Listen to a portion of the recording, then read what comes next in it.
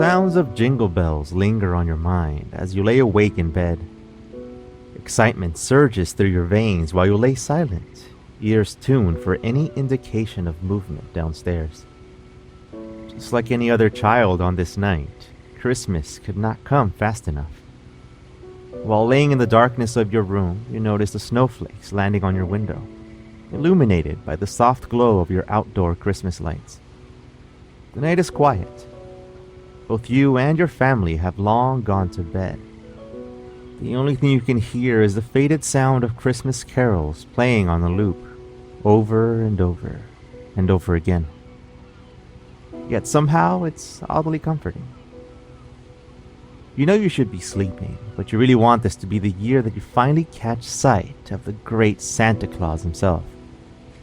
You hear he would be making a stop at your house because you made sure to be extra nice this year.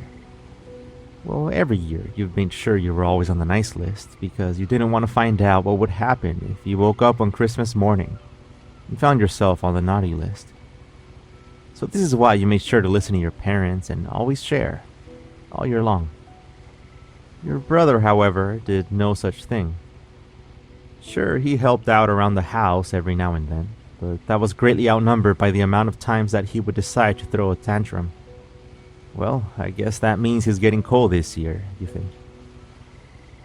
No longer able to fight your curiosity, you slowly slither out of bed, trying your hardest to be quieter than a mouse. As you inch down the hallway closer to the stairs, the music slowly starts to get louder and louder, until eventually it drowns the creaking of the stairs. You can start to see the tree come into view, and right next to it, the cookies for Santa. Only they were already half-eaten. Rushing down the last few stairs to catch the culprit, you notice it. Your brother, who was sitting under the tree and looking through the presents, all the while munching on a cookie. Just as you're about to confront him, you hear a noise, a loud thump on the roof, loud footsteps. Slowly make their way closer to your chimney. This was it, the night you would finally catch a glimpse of old Saint Nick himself. You crouch near the stairs, hiding yourself from sight, and then you notice your brother doing the same behind the tree. The excitement bubbling in your chest slowly starts to fade, as you notice the joyful Christmas carols have suddenly stopped, all on their own. The lights on the tree are no longer flickering.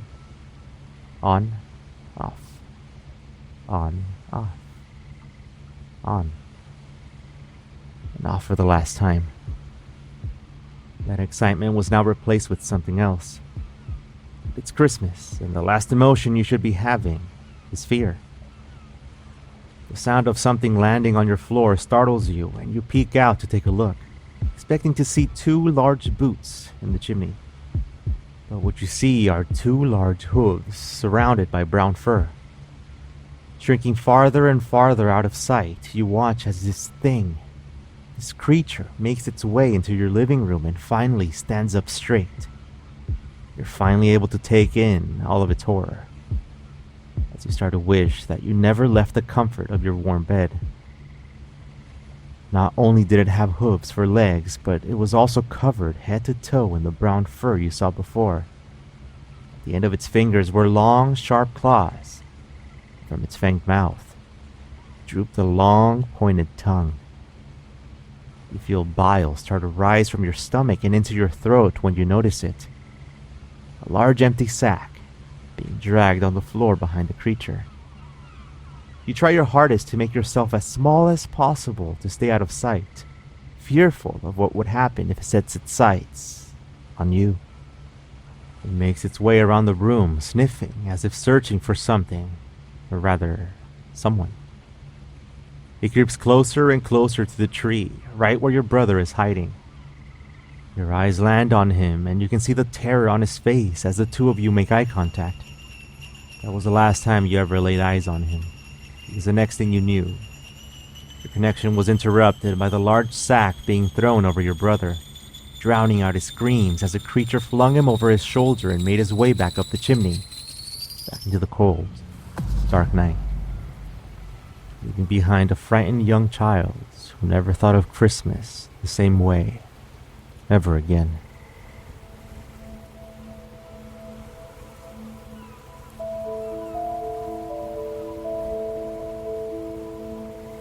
I'm sure most of you enjoy Christmas. In fact, it may be the one time when you forget about all the negativity and darkness that surrounds us throughout the year. Was it always this way? For many people long ago, it may have been the exact opposite, thanks to the creature that was being described earlier. Let's meet the Krampus. My name is Edwin, and here is a dark memory.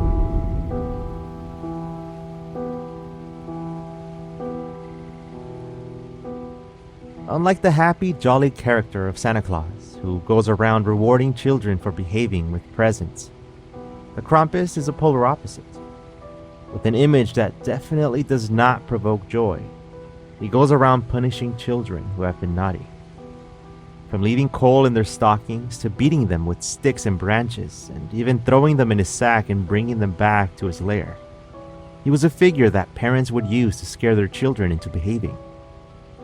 In fact, he was so feared, even adults began to chastise other adults who would dare mention his name, or dress up as him.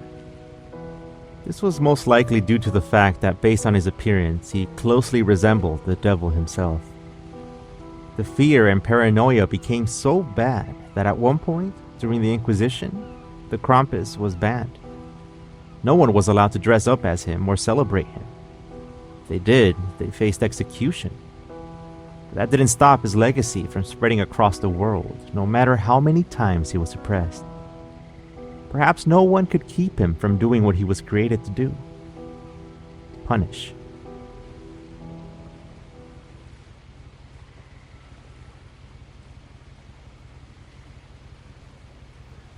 Los Angeles, California, a location with one of the greatest celebrations held in honor of the Krampus, called the Krampusloft.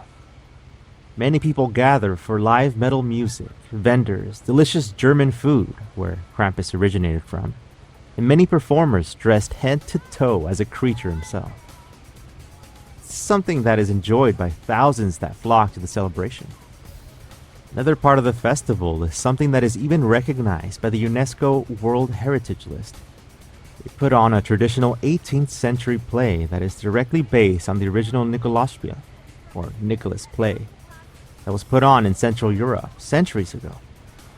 The performers even use old translated German scripts for the show, a tradition that has since died out in Austria. With music, lights, and fun costumes, it's easy for everyone to get caught up in the excitement of celebrating Krampus. But few are aware of just how dark his origins really are.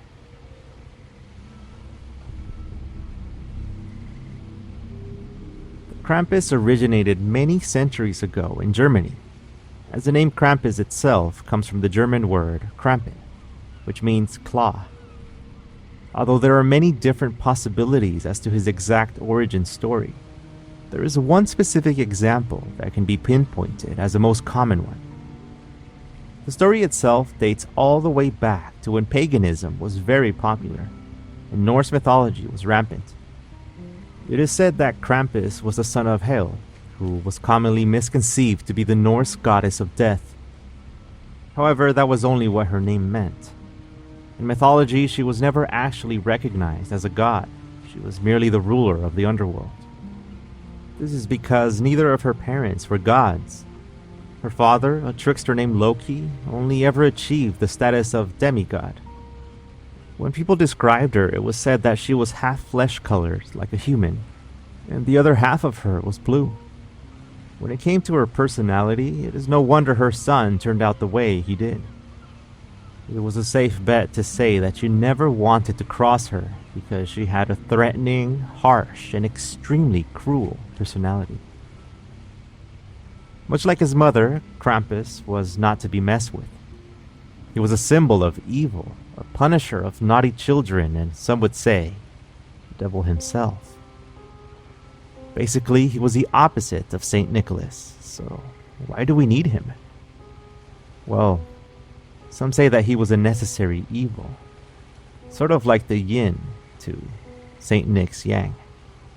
Despite some pleading for the necessity of Krampus and people's freedom to celebrate him, there were times in history where he was banned and no one was allowed to celebrate him. Aside from what happened during the Inquisition, where you were executed for dressing up as Krampus, there were plenty of other times where he was banned from society. In the 12th century, due to the resemblance of the devil, the Catholic Church tried to banish Krampus and his celebration. Then, centuries later, in 1934, Austria's conservative Christian Social Party actually succeeded in banning him in their country. Another group that succeeded in their efforts to ban Krampus actually existed during the same time period. The Nazis also banned Krampus, but for a different reason.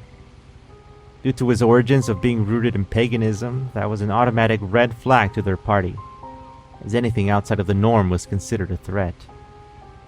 And as expected, the consequences for breaking the rules were no less than extreme. As much as we want it to be, Krampus is not the only dark tradition that surrounds Christmas. To start off, let's look at Frau Persta, a tradition from Austria and Bavaria. She is a witch who comes to decipher which children have been naughty or nice. Instead of rewarding the good children, she slits the abdomens of naughty children and stuffs their corpses with straw. Perhaps an even darker one is the story of Hans Trapp from France. He was a man who used witchcraft and made deals with the devil to become rich. After he was excommunicated from the Catholic Church, he was an outcast and began roaming the countryside, dressed as a scarecrow. After years of living this way, he became obsessed with the idea of tasting human flesh. So he kidnapped the shepherd boy and killed him by cooking him over a fire. However, before he could take a bite, God struck him with lightning, killing Hans. According to the legend, he returns to France on Christmas and goes from door to door looking for a young child to devour. Sadly, there is a large list of stories like these that prove Christmas is not as bright and happy as it always appears on the outside. None of them are quite as terrifying as Iceland's story of the Yule lads. Imagine 13 different creatures each set out on Christmas Eve to find children and terrify them in their own unique way. From stealing farm animals to removing all sources of light from a room to scare a child afraid of the dark. There was nothing these creepy creatures wouldn't do. But perhaps the worst part was their pet. A ferocious cat who liked to feed on, unsurprisingly, children. This beast is much worse than Krampus, though, as it does not care who it eats. While Krampus only takes the children who have been naughty, the cat takes whoever it can sink its teeth into. Like many things that lurk among us, they may appear bright and joyful, but they come from things so dark that our minds can never truly grasp them. Christmas is a time of the year that is supposed to bring joy to all children. But for some, it's a time of dread because they know what comes for them on Christmas Eve. The creatures that arrive instead of jolly old Saint Nick. So instead of "You better watch out for Santa Claus," perhaps the song should go, "You better watch out for the Krampus, because he is coming to town, and he won't be so generous, no matter how much you pout."